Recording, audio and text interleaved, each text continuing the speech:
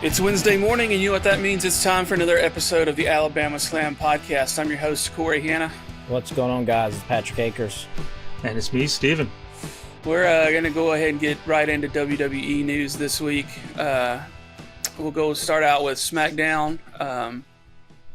Apparently there was a beatdown of Jimmy Uso and Solo by LA Knight, AJ Styles, and Randy Orton. That was it, yeah. So we got, they started off the show.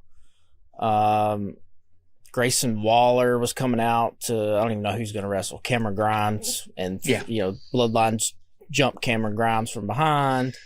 Paul Heyman cuts his, classic promo. Nick Aldis is the bad guy for putting your tribal chief in this situation. Nick Aldis rips the microphone away from Paul Heyman. Says an all-time great line. You seem to think this is a conversation between equals, but you're not, because I'm in charge here, bitch. Nice. Yeah, he's been great in this role. WWE has had, I guess for lack of a better word, like inept authority figures for a little bit, or they've gone the classic like Triple H and Stephanie are the authority and they're bad guys. Nick Aldis is just like, I'm a fucking built like a damn shit brick house in a suit, and like I'm gonna call the shots and I'm not gonna be intimidated of anybody. It's been really refreshing, honestly. I kind of like him and Adam Pearce to an extent too, but Adam Pearce doesn't have the type of physical presence that Nick Aldis has. This was a good little setup, and then of course Paul Heyman hilariously tries to find a third partner for the Bloodline, and everybody says no, and of course the good guys at the end get the beat down on Solo and Jimmy, and we're setting up for the Royal Rumble, which is a week away, I guess at this point. 10 days. Yeah, and that's the first note on Raw for this week. Says this is the first Royal Rumble in a long time that has so many stories and possible winners. There's a lot going on. There is. I mean, that match was kind of your standard.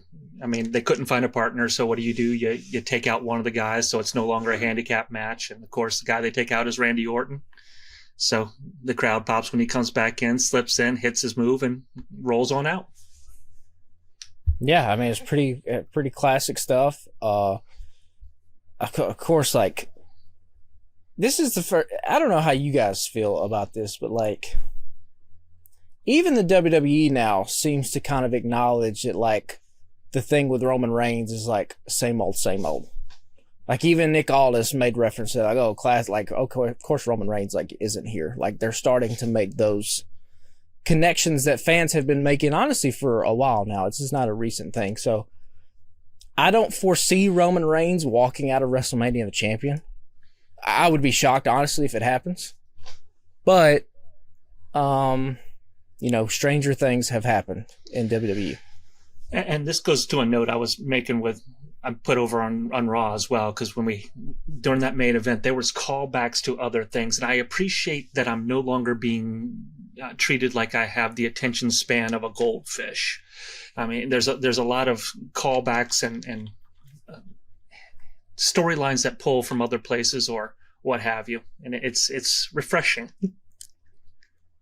Yeah, they're at least acknowledging that like these guys have a past, right? With like Drew McIntyre and Cody Rhodes, they're like, oh, both of these guys left the company and came back, and were hot names on the indies, and obviously in Cody's case he started AEW, but like they're at least acknowledging that stuff, which is a good thing to see, and I think that comes under like what you said, that is with Triple H's guidance. Like, don't treat the fans like dumbasses, because we watch this stuff every week. Like, we pay attention to what's happening.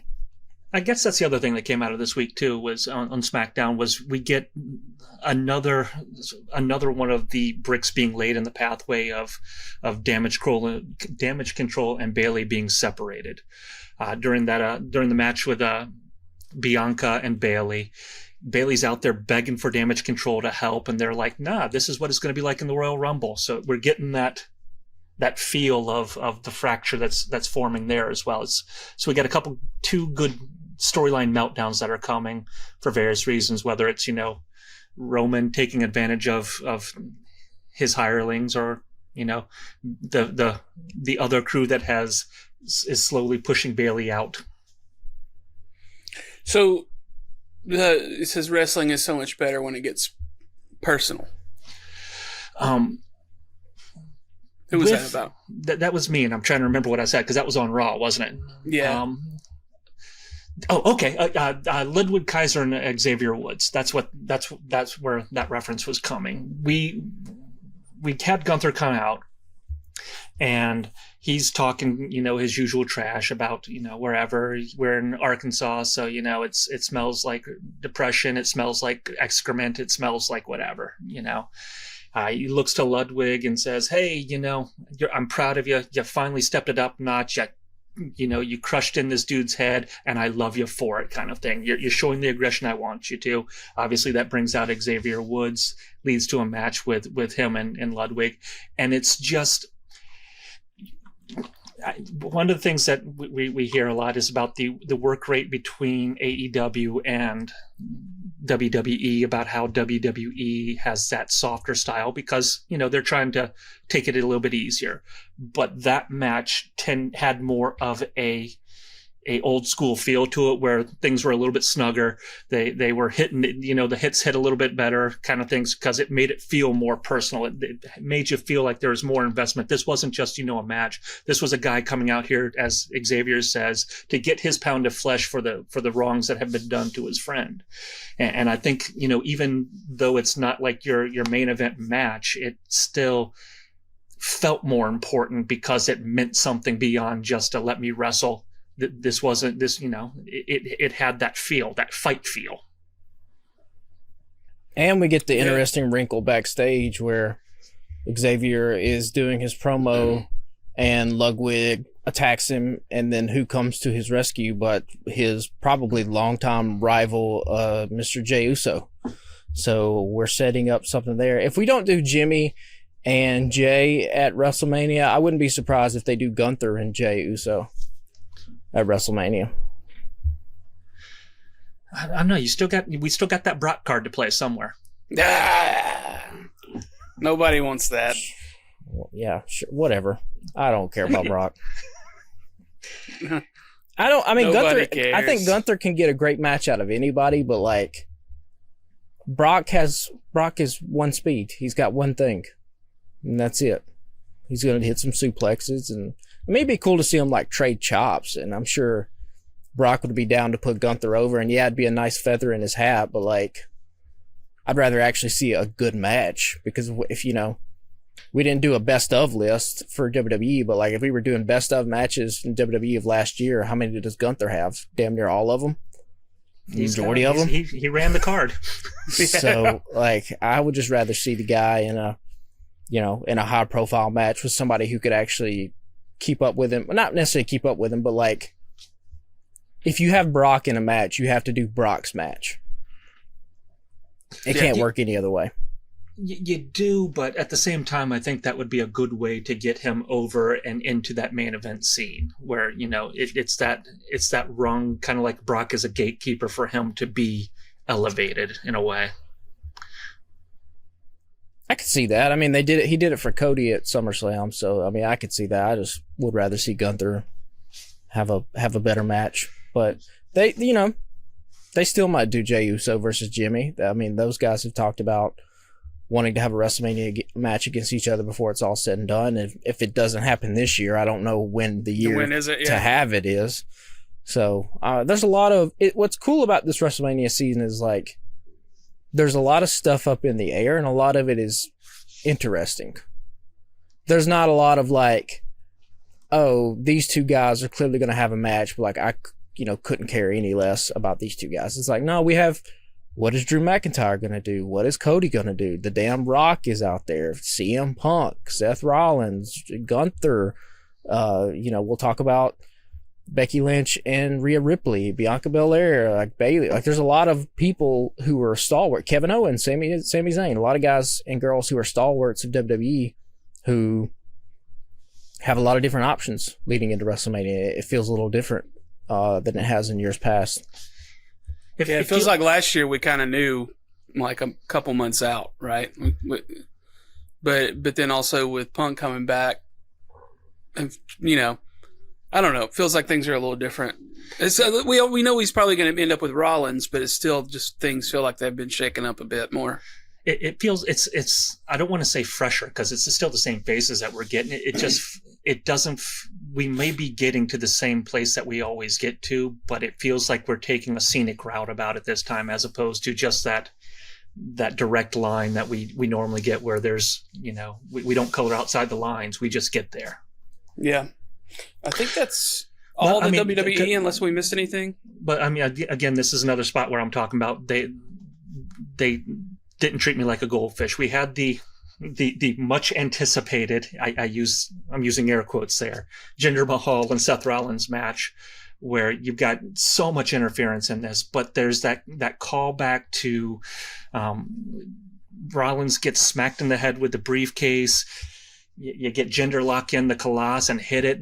I mean, they're talking about, even on the commentary, they're talking about that's how he won his title back in here. And so, they're building. I mean, it was a throwaway match. There was never a doubt in anybody's mind that Jinder was going to eat the pin in this match. But because they are calling back on the history of things, it does add a little bit of suspense to make those false finishes actually sell to the crowd. So I appreciate that more. So what happened to Seth? I saw that there were injury reports today. Like, was it something serious or what's going on there? I think he's just trying to sell to be that underdog fighting champion, talking about how his knee is bothering him. And that's, I think they're working it as a storyline. Gotcha. But maybe I'm wrong. Go along with his back.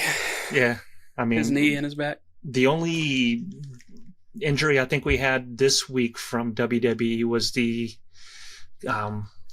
Carmelo and Austin Theory when they landed crap in a suplex off the ropes, which didn't look that bad. I don't know why they called it. I don't know what the ref heard. I don't know, because he went over to check on Austin Theory, and I don't know if his eyes were glazed over or what, but it didn't. I mean, it looked like they landed awkwardly, but it didn't look like they spiked the mat. From what I heard is they couldn't knocked their melons together, kind of thing. So is that enough? I mean, listen, I'm all for safety, but is that? I don't know.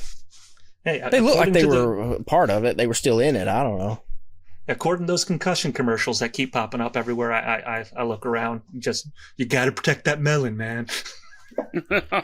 That's true. I mean, yeah, but it was it's kind of unfortunate. It's kind of crazy though. Carmelo Hayes and Austin Theory, in 5 years, if we're still doing this podcast, that could potentially be like a WrestleMania main event if they do it right. Those guys have that kind of potential. I guess the other thing I want to talk about on WWE is the fact that we get the breakup. We're getting I thought it was funny that I saw it somewhere on Twitter, and I don't remember who I'm quoting here. But if we were playing, if we were gambling here, none of us would have picked R-Truth as the nail in the coffin that broke up the Judgment Day. And that's literally how this is being built, to the point that you got evidently Damian backstage, begging Triple H and the writers to keep Truth involved in this stuff. You get R-Truth is now selling more merchandise than John Cena. I mean, he's pulling in the money, and mind you, it seems like a lot of that merchandise he's selling is out in the parking lot for his cut that he's paying off people here. I saw that part. That was funny.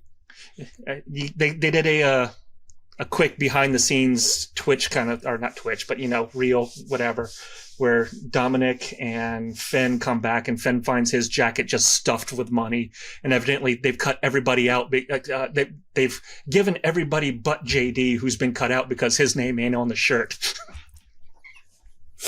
I mean, that's fucking funny. Listen, whoever came up with that was on it. I mean, listen, it has at least made Judgment Day interesting, because now it seems like, since we're gearing up to WrestleMania season, Rhea Ripley is going to finally kind of offshoot and do her own thing. And so it's kind of just going to be left to the dudes of the group.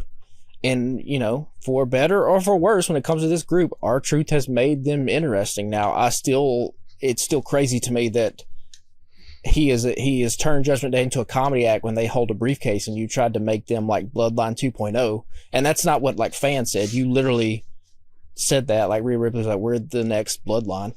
But you know, you can't have too many spooky groups. So if Karrion Kross and his emo metal band on SmackDown, the Final Testament, finally are going to do their thing, you know, you can't have two of those groups. So why not put R-Truth with the Judgment Day and see what happens? I mean, he's been the most interesting part of Judgment Day, other than Damian Priest, you know, fucking around and can't figure out how to cash in a title, and even the wrestlers now are calling him idiots, which I find pretty hysterical. I love it.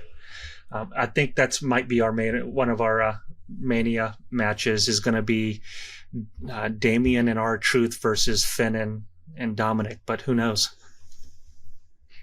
If that happens, from where Damian Priest was at, main eventing a stadium in Puerto Rico with Bad Bunny, to being in what's going to be a bathroom match at WrestleMania if that happens. I mean, love those guys, but like that's what that is. Oh no, I don't think you get up for that one. I think there's going to be other matches you can get up for, but you got to stay for the comedy because you know it's going to get weird with R-Truth and doing whatever. I mean, maybe, Look, but that's.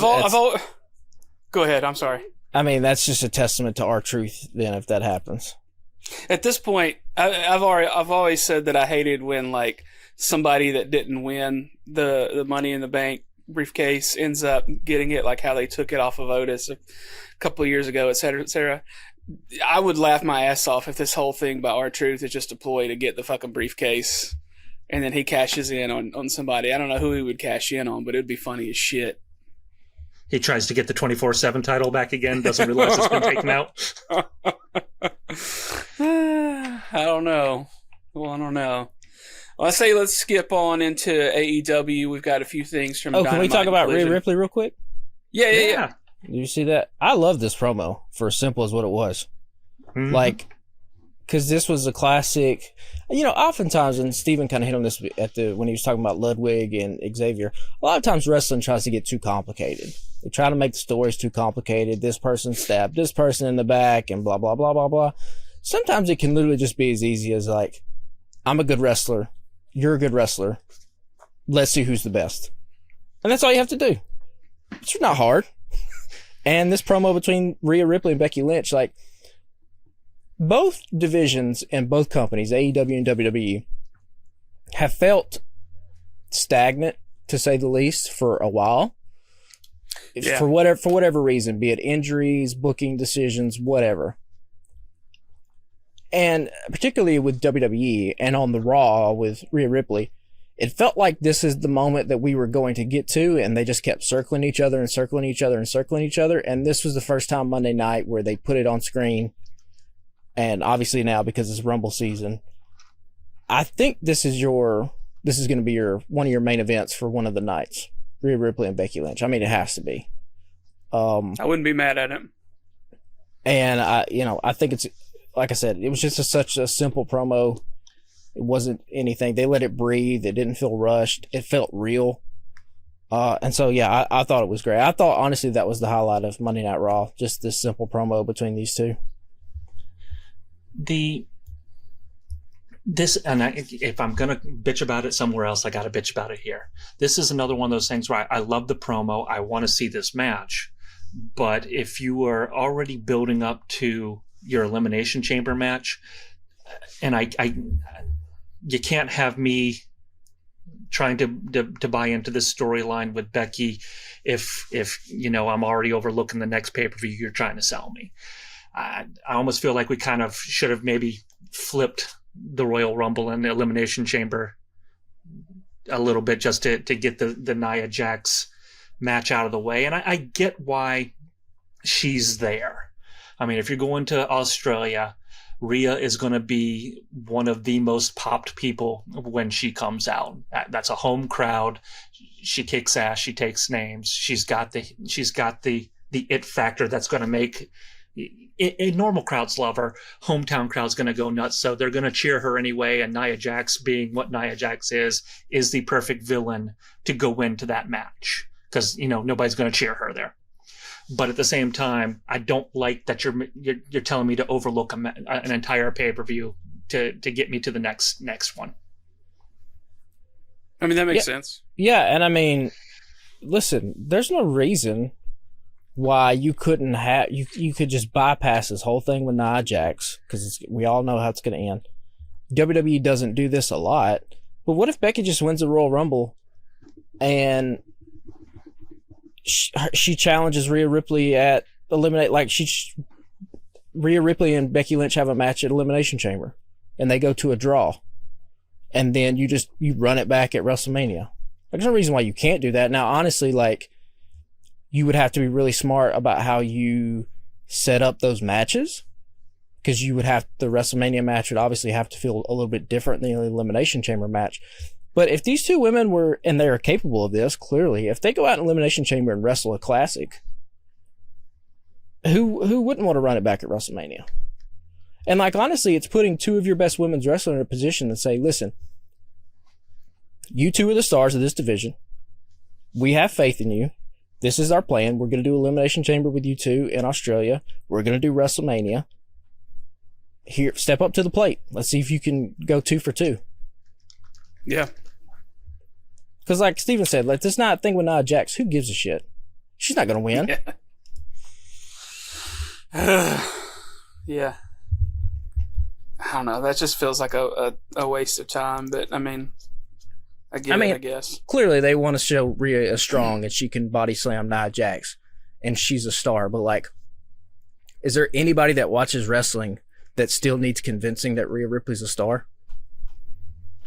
No. Every time they pull in new people, they got to be. That's the premise of what people love and hate about WWE, is the fact, like Corey was saying when he was like, I'm out.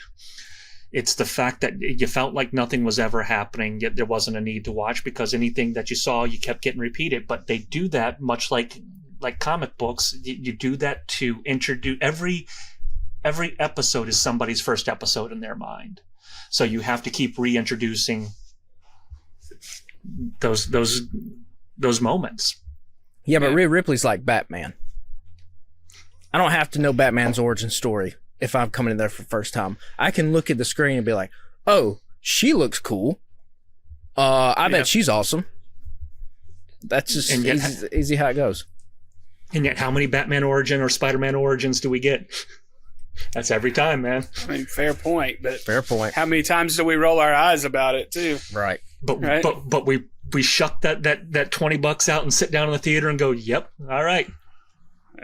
If it was anybody but Nia Jax, though, if it was literally anybody else. Sure, yeah. Like, I don't know. Fine. There's not some. What if there's not a woman in NXT that could do this spot? I don't know.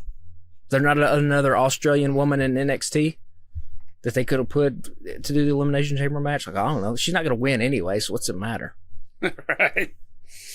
All right, so let's get into Dynamite. This has got to be a Steven comment. If this is their A show, I would hate to see Rampage.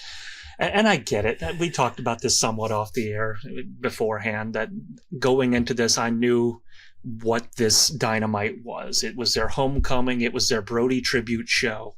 So I was by a 13-year-old. Yeah. I wasn't. You know, I saw the card. I was like, okay, whatever. But it was, for everything I said about when we last recorded, everything I said about Collision, this was the opposite of Dynamite, in the sense that it was 2 hours. You had maybe 20 minutes that you needed to watch. Only this time it was in the beginning of the show, and the rest was just, you know, what it was for the next hour and a half. Yeah, I mean, it was not a good show. This has happened some with AEW lately, and, you know, I know this one we chalk it up to the fact that -1 booked it, and I get it. You know, he had to do they wanted to do a bunch of stuff to honor Brody, so you get Preston Vance getting pins and all that stuff, but, like, it had no logic to it. Yeah, well, they're just been, you don't expect it when a kid's booking it, but, like, they just haven't had the run of shows. Like, there's been times before where they would go 8-9 weeks and it would just be banger after banger after banger after banger. And you're not getting that right now. Okay, but hold on. We're a kid booked this. Are you telling me there was not an adult that has, I don't know, say $1 billion that has invested, 8 figures in a corporation that couldn't say, okay, that's cool. I'm going to take your advice and I'm going to tweak it to make a good television show. I mean, yeah, but did we need 2 8-man matches? No. No. Did we need bad guys and good guys mixed on those teams just to give wins to Anna Jay and Vance because those were the hand-picked choices of Brody? No, if you want them to shine, you put them in 2 separate matches, give them whatever, keep your story going, and you still give the kid his pop, you still give the Brody tribute, but no, we get this. Yeah. I mean, it was not good. And then I don't know what else to say. And then we get the promo where you think it's going to be fun. You get Swerve come out, you get Hangman come out, and then talk about Batman. What goes flaring up into the stadium? The Hook signal. Wah, wah, wah, wah. Yeah, the quote in the notes is "Stop trying to make Hook happen." Look, we all know that this match is going to last about 10 minutes or less tomorrow, right? Or tonight, if you're hearing this tomorrow. I expect this to be a 30-minute match at this stage based on how, why wouldn't it be? It's just... Okay, before we get into Samoa Joe, let me just say this. For as kind of all over the place as what this show was, in not a good way, it did feel kind of cool that it was in Daly's place in a small kind of venue and the crowd was into it. So if that doesn't give you any kind of like confidence that maybe we do book smaller venues, because the show has, when you go smaller like that, the show naturally has kind of like an energy to it, because the fans are in closer and all that sort of stuff. So I did like that. I wish AEW would quit. I've said this a lot. Just quit trying to do WWE type stuff. I don't need the big screens. Just let them walk out the small ramp. Like when you go to these small venues, especially if you were to book a good show. Now, granted, this was not a good show, but like if some of those dynamites that they've had, were like Corey, like what you were talking about, 8, 9 in a row, if they're happening in smaller venues, there is like an energy to that, but that's a different point. So yeah, with smaller venues, I think it would work.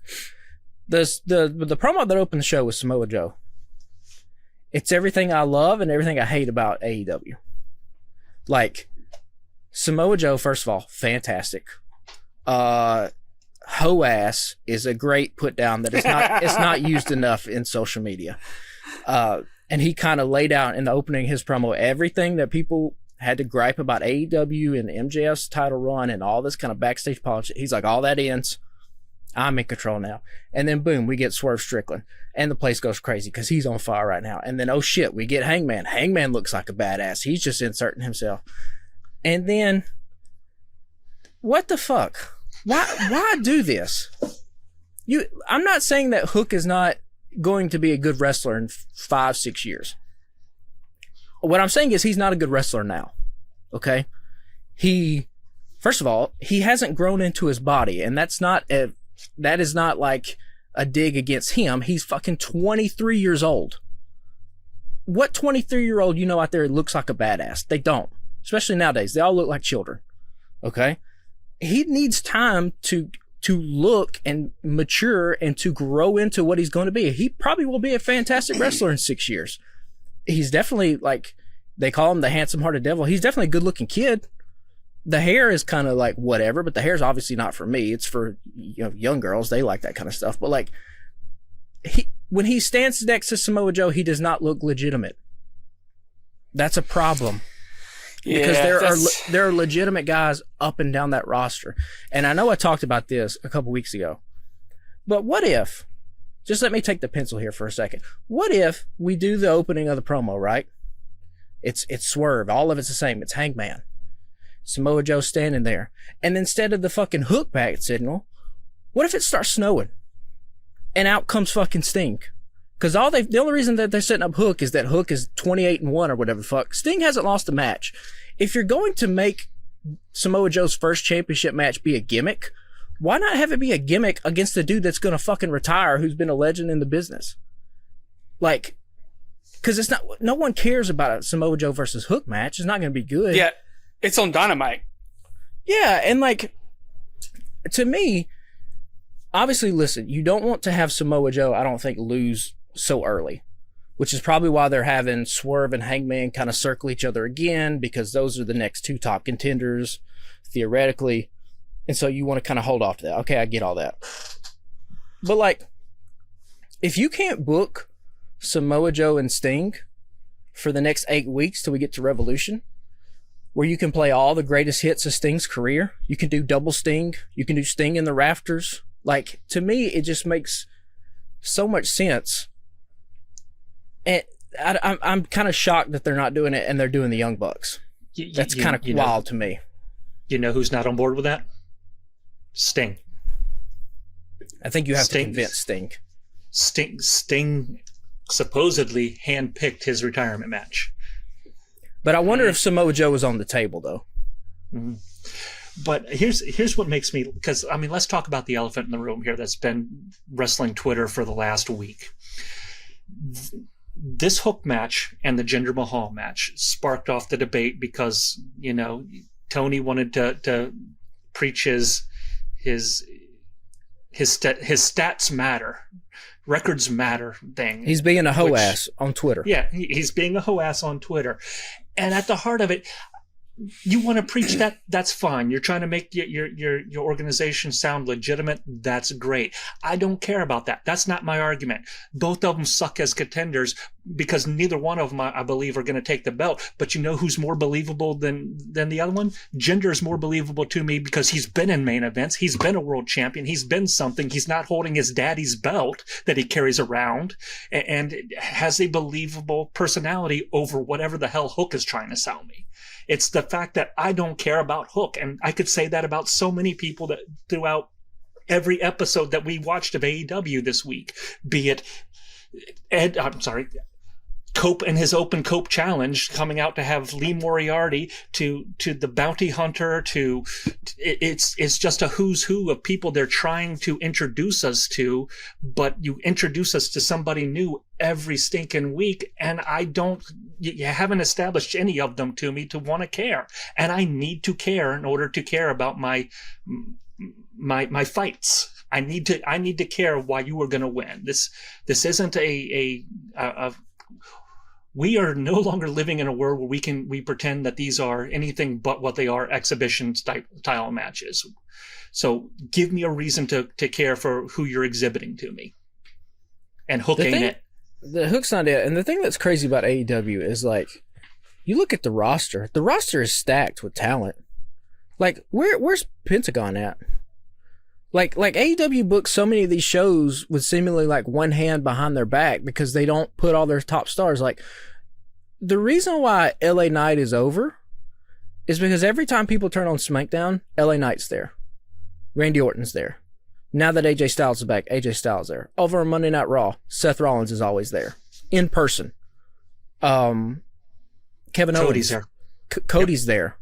Whether he's doing something or not, he's in the ring. Like, it just kind of blows my mind. And I know AEW, like, they want to tout the work-life balance stuff and all that kind of stuff, but, like, there are guys. Hangman should be on every show. Swerve should be on every show. Samoa Joe should be on every show. Dynamite and Collision, by the way. They should be on both of them. FTR should be on every show. House of Black. Like, we shouldn't go weeks without seeing these people. Like, you could do the same thing with, like, Phoenix and Penta and, like, all these kind of matches. Like, Adam Page wrestled JD Drake on Collision. Why? JD Drake is a jobber, and they go like 15 minutes. Why not throw Phoenix in that match? Yeah, and that was Hangman Page's hometown too, right? The other night. Yeah, like why are you doing that match? There are so many mid-card people that you can throw in there that can eat a loss, but make it seem believable and good that the AEW fan base recognizes and has a relationship with. And it's just like, I don't understand what is happening right now. Maybe it's travel issues and visas. I don't like Pac. Where the hell's Pac? He was there Saturday night, I think. Was he wrestling? There were tweets about him being backstage, so they're saying that he's probably going to be back soon. Did he bring his trunks? Can he get out there? Like, what the fuck are we doing? But see, and that's what what was when I say the only good match on AEW, what was it? On Dynamite, it was Claudio versus Page.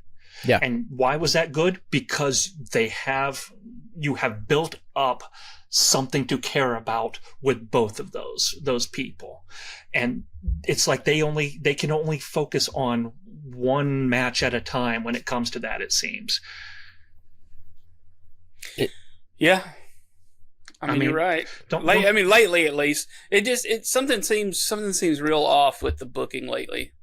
Because even before, when it wasn't, like I said, I was talking about, runs where they would have 8 or 9 weeks in a row where it was just bangers. We were getting kick-ass matches every week, and like most of them were all good. You'd get a snoozer every once in a while, but it hasn't been that way for at least a couple months at this point, probably. And to continue Pat's point over there, it's you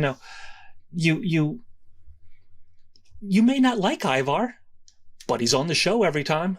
So you're getting that consistency of trying to get this guy to go over. Alpha Academy, they may not have a match every time, but one member of them is always going to have a match, and you're always going to have the other one somewhere around trying to, to get their personalities over or what have you. They're wasting so much time with what they're doing with as you said, the incredible roster that they have, and they are just doing nothing with it to give job matches to people that are ROH at best.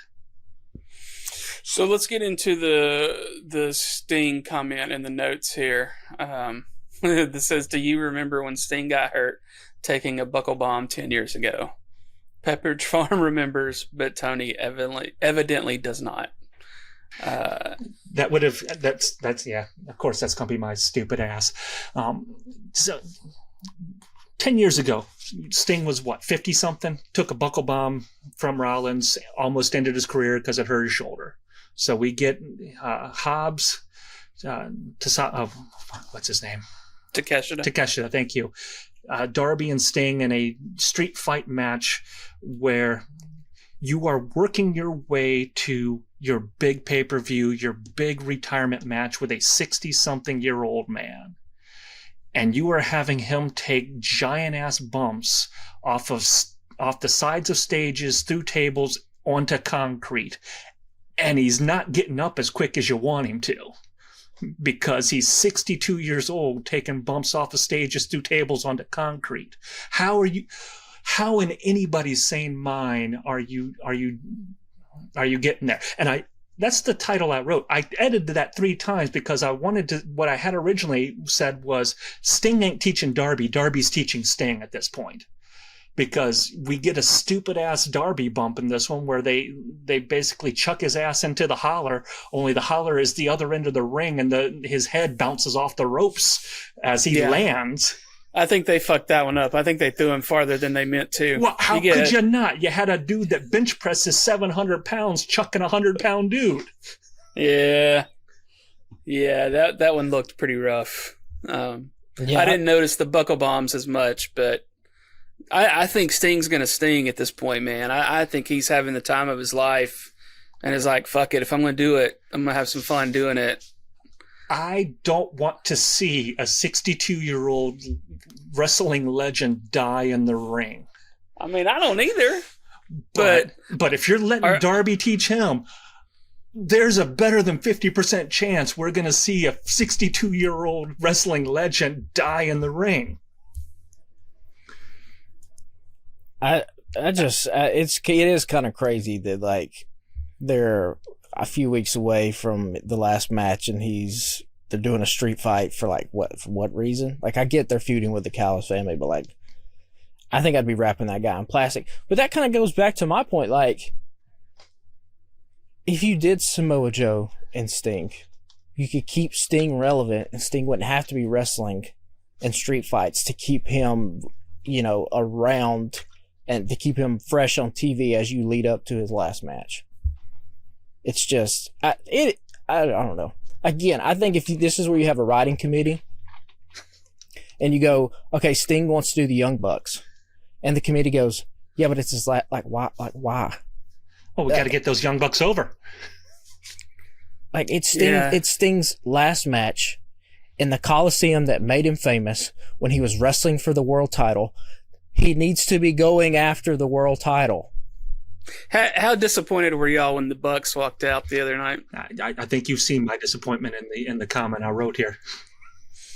Yeah, I mean, yeah, not the retirement I was suggesting for the Bucks.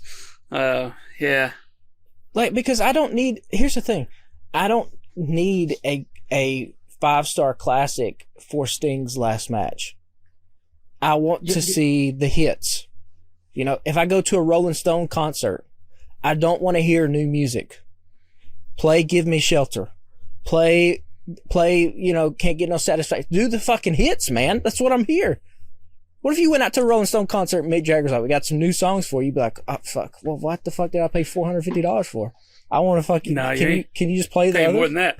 Yeah, just play the hits, man. Like, I want to see double Sting. I want to see a ring full of Stings, and fucking Sting pulls off the mask and it's Sting underneath it. I want to see Sting in the rafters. Like, you have 30 years of history to play back on, and this is what you decide to do against the Young Bucks? It's just... Yeah, supposedly he said that he wanted to... Yeah, supposedly he wanted to run it back because he had a really fun match with him a couple years ago. I don't remember the specific one, but that was the quote that I read, was that it was his idea. And they came back early because they were going to stay away from TV for a while and yada, yada, yada. And see, that goes... He had a really fun match back whenever. And do you remember it? I don't remember it. So it wasn't like it was a humdinger of a thing that we were clamoring for them to get back in the ring and do it. Yeah. This is this is a softball. Sting's last match. Boom. There it is. Just make contact. Just have it be meaningful. This is a guy, Sting is a top 10 wrestler of all time that is trying to do something that no wrestler has ever done. He's trying to go out as the champion. You can have the promo battles with Sting and Samoa Joe where Sting can say, you know what, I am 62 years old and maybe I can't do it as champion night in and night out, and I can't hold that title for years like I could have done when I was in my 30s. But you know what? I probably can muster it up to do it one night in the arena in the place that made me famous in Greensboro, at the Greensboro Coliseum. I can beat you for one and go out as the AEW World Champion. Or what? See, I don't even need that, because we know that we knew how that match would have ended, because you ain't giving Sting the belt, because then what do you do? So, but we have had, how long has Sting been in AEW? What, 3 years? And he has been with Darby the entire time. Are you telling me that you don't have the story power to have Darby or Sting turn on each other, or have some kind of match where you have been using Hall of Famer after Hall of Famer after Hall of Famer to get this kid over, and you're telling me that Sting can't do the job for him on the way out? I mean, Patrick has been saying for the last year that the last match needed to be Sting and Darby. Or that. Either. I would be fine with either one, but like, I don't know why it's this. At least that makes sense to me. Yeah. No. Yeah. And this has been when AEW started, and when I saw that, you were going to have talent be the backstage personnel as well, I said, well, we know how that goes, because that is wrestling history at its best, where the person that has the pencil is there to get himself over.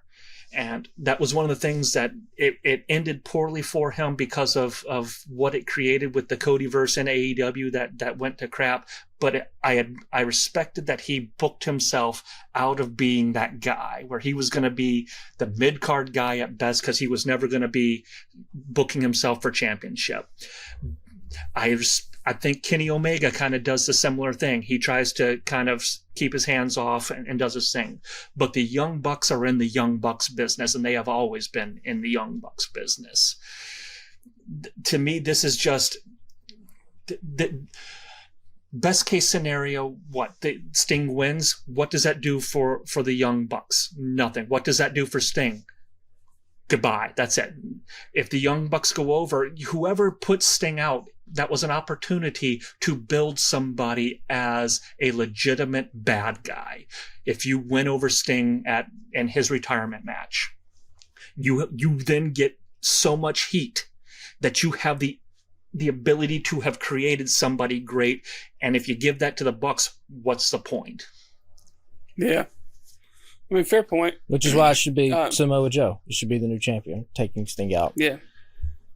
But so it looks like we got one last note there for New Japan has a new scapegoat. We had an appearance by Jack Perry, and he showed up and ripped up his AEW contract. He's got a thicker beard. Got that villain beard. Got that villain beard. I mean, Still got the hair. I'll see what he does with it, but like, I didn't hate it. It was refreshing to see. They could have done much worse things. Yeah, for sure. And I do think it's cool that some AEW guys are going to Japan, because it seems like Jack Perry is going to be in Japan for a little bit, at least. This is not a one-off, you don't think? Because Shota Umino is a guy in New Japan who's also like a young dude, probably similar to what a Jack Perry is in AEW, like a young upstart guy. So like, seems like they're going to have a little rivalry, and it's kind of cool. You know, these two companies trade. New Japan has traded a lot of talent to AEW for a long amount of time, so now it's cool to see some AEW guys go over there, where it's not just like a one-off of like Danielson and Moxley do a 2-week run or whatever.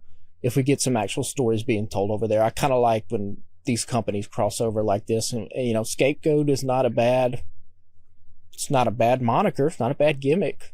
We'll see what he does with it. And I'm not a huge Jack Perry fan, but I do think that this has potential.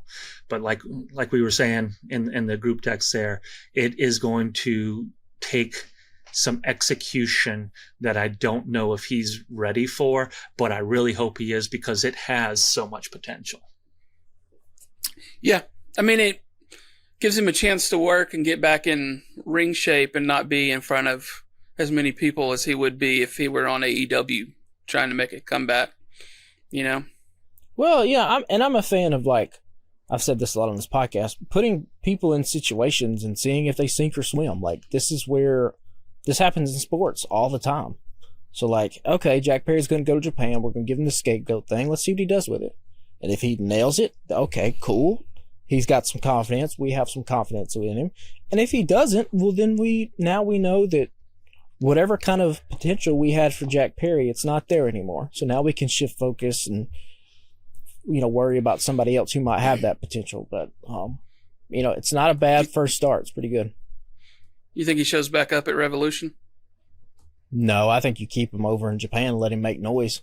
Because if the whole thing is he's going to be the scapegoat and he's ripping up an AEW contract, he can't just walk back into the door at AEW. Just walk back in. Yeah. Yeah. Oh, so I think they put him right there front and center, just like they did this time. Luchador mask in the crowd, he pops up, and you get that heat because, you know, they're scared to let anything sit sometimes. If you're going to have him in Japan, he needs to show back up at Forbidden Door, and you need to have a classic New Japan versus AEW, some kind of multi-man match, and Jack Perry is donning the New Japan gear, and he's, you know, leading some kind of invasion back into AEW. Yeah. Book it. Again, so many of these things at AEW, it's like, it's just toss-ups. Just hit it. You don't gotta, it ain't gotta be a home run, but like, get on base. WWE made this thing with Jinder Mahal work in 2 weeks. Like, yeah, if you set your mind to something, and then you say, okay, we're talented enough creatively to make this work. If this is going to work, how do we do it? A lot of this stuff, to me at least, it writes itself. Like the Sting thing. The Sting thing writes itself. And if you aren't going to do Sting and Samoa Joe, like Steven said, Sting and Darby, how does that not fucking write itself? They've been paired together the whole damn time they've been in the company. Why pencil stashed Young Bucks? No fan wants to see Young Bucks unless they're standing across the ring from FTR. That's the money feud with the Young Bucks. Everything else is like how we talked about with Rhea Ripley and Becky Lynch. Everything Rhea Ripley does when it doesn't involve Becky Lynch is just wasting time. Yeah. Because we know what the match is going to be. We know what the fans want to see.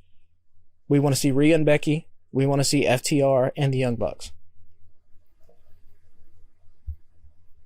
Yeah, I mean, you're right. I think that's going to wrap us up for the day, unless y'all got anything else. We had a little bit from Collision, right? It's not in the notes, but I know one of y'all said there was a Collision match worth talking about. Oh, FTR and House of Black was good. I mean, at this point, it's like you're just typical AEW multi-man match where there's action all over the place, and they went like 30 minutes, but it was a really good match. Poor but Daddy it's Magic the same Matt match we Menard. got. I mean, the only difference was that we added extra people to this match as opposed to the match that we had the week before. Yeah, but it's like pizza or a hamburger. You know, a good pizza is just, it's good no matter when you get it. Like, you know, to me at least. Now some other fans might feel differently, but like, I just appreciate the athleticism and the fact that all these guys can be in the right spots at the right time. Like there is like when you have a sort of baseline technical knowledge of wrestling. I'm not saying I was the greatest indie wrestler of all time. Clearly not, or I wouldn't be doing this podcast. I would be on television. But like when you do have some kind of like baseline understanding, it does make it, you can kind of watch these matches and be like, man, these guys are so good, because like the pet peeves that we have about guys just like standing around waiting for people to jump on them, there's none of that in this match. Yeah. Like these guys are so good where they can make it look believable that they're getting into these spots and it doesn't look choreographed while they're doing all these crazy high spots. It's like, it's just, and I can watch that for, you know, every single day. I will agree with you 100% on that. I wish they were able to bottle that chemistry they have and hand it out to every other person on that roster. Well, yeah, I mean, but that's what separates, you know, the people being, you know, the tip top of being in ring and guys who are just there because they have a kind of charisma. And that's also not a bad thing.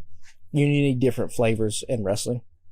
Because a lot of guys who are at the top of the card in wrestling, they've never necessarily been the greatest in-ring technicians.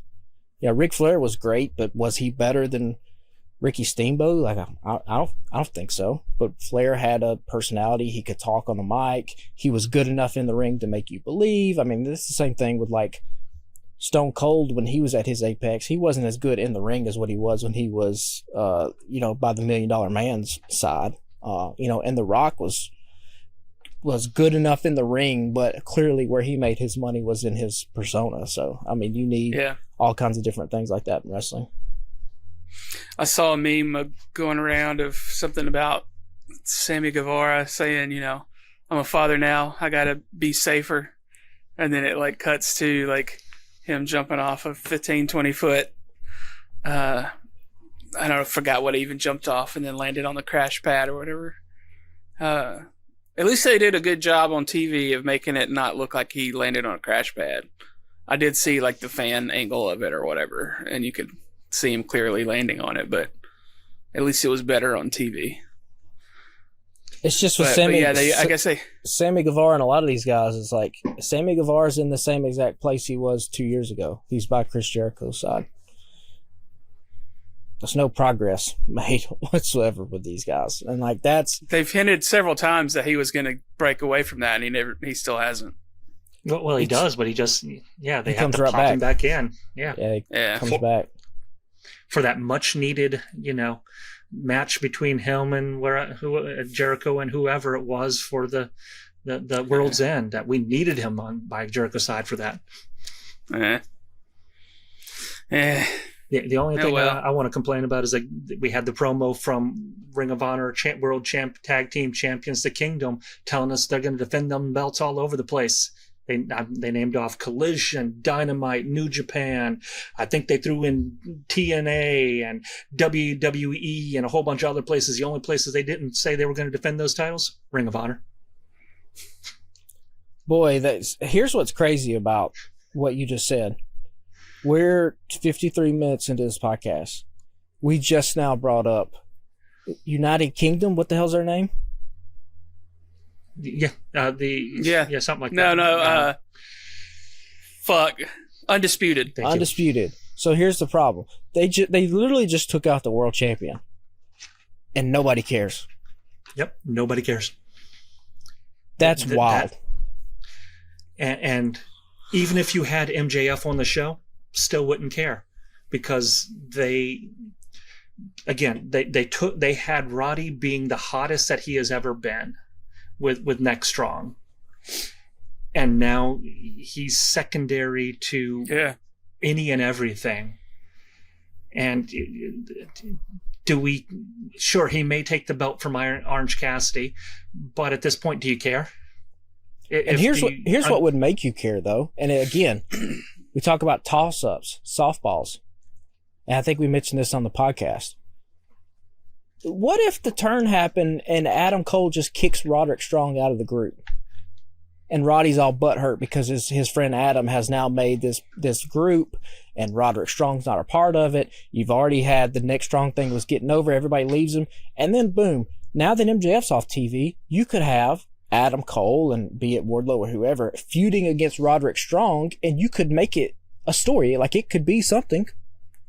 Yeah. Instead of just Roddy going right back in place. Like, I don't care about Roderick Strong versus Orange Cassidy, but I care about Roderick Strong if he feels betrayed by these two guys in the Kingdom and his best friend Adam Cole and now Wardlow, and they're kicking this guy's ass across this place. And we know Roderick Strong is capable enough of a wrestler to make the matches entertaining. And this Nick Strong character was getting over as sort of like this crazy kind of conspiratorial underdog.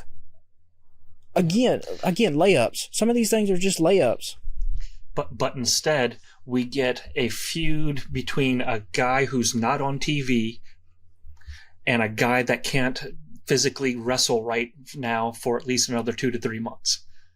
Yeah, and they're not feuding with anybody. They whooped MJF's ass, he's off TV. They're literally just standing in the ring being like, one of these days we're going to get you. That's all they're doing. When he's ready, which may be a year from now, it's Damian Priest without a briefcase. Yeah. When Roderick Strong was right there, and you could have whatever. If you wanted to do the Kingdom, cool, but like, I really don't think the Kingdom should have been in Adam Cole's group either.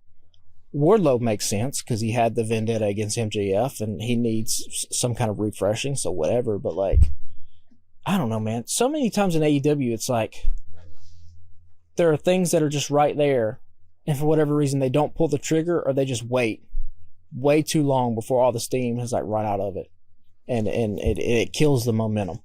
They kill so much momentum for so many people on that program. And either make Saturday your ROH show or leave ROH where ROH is. Quit trying to make ROH whatever AEW light it is. I don't want to continuously see you highlight the ROH guys on your main show when you're not doing an effective job of highlighting the guys that should be on your main show. I think Ring of Honor... I mean, yeah, I'll give you that. Ring of Honor should be where Rampage is at. Should be 1 hour on a Friday with these people. And like, if you want to keep Collision, which I guess they're going to keep Collision, you got to just have a all hands on deck mentality. Like, it can't be all the stars on Wednesday and then everybody gets the weekend off except for whoever's hometown we're closest to has to work the Saturday, which is that's why Hangman was on this Saturday show. Now, granted, Hangman probably wasn't on Collision beforehand because it was CM Punk's show, and you know, he was probably number one on the list of don't let that motherfucker walk the door on a Saturday.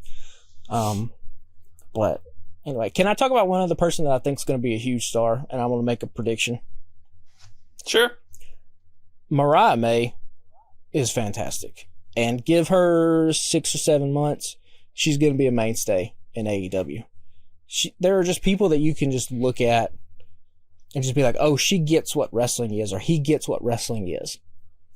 And I think that's kind of what, like, when I've watched a little bit of NXT, I think that's what has been a little bit frustrating with some of those people, is like, because a lot of the people from NXT that they're getting they might not necessarily be wrestling fans. A lot of them were athletes that couldn't keep playing at the professional level. They bring them over, and I get all that. And sometimes you look at it and be like, oh, this person is still learning what wrestling is.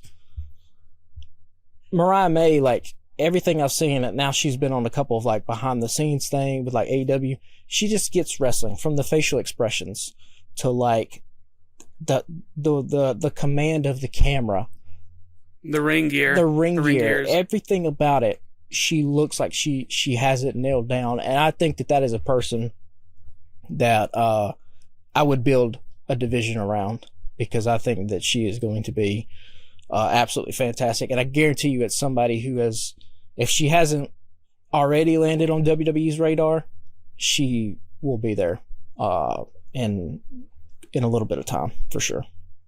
But I just wanted to shout her out because she's basically been in the background role, and like I'm like, damn, even in the background, she like makes herself stand out, which is more than you can say for a lot of people who get background roles. A lot of times they just stand there with their arms crossed, and she is like still working the camera in a way. So, because we didn't talk about Toni Storm, she didn't have much to do this week. She gave another promo, which even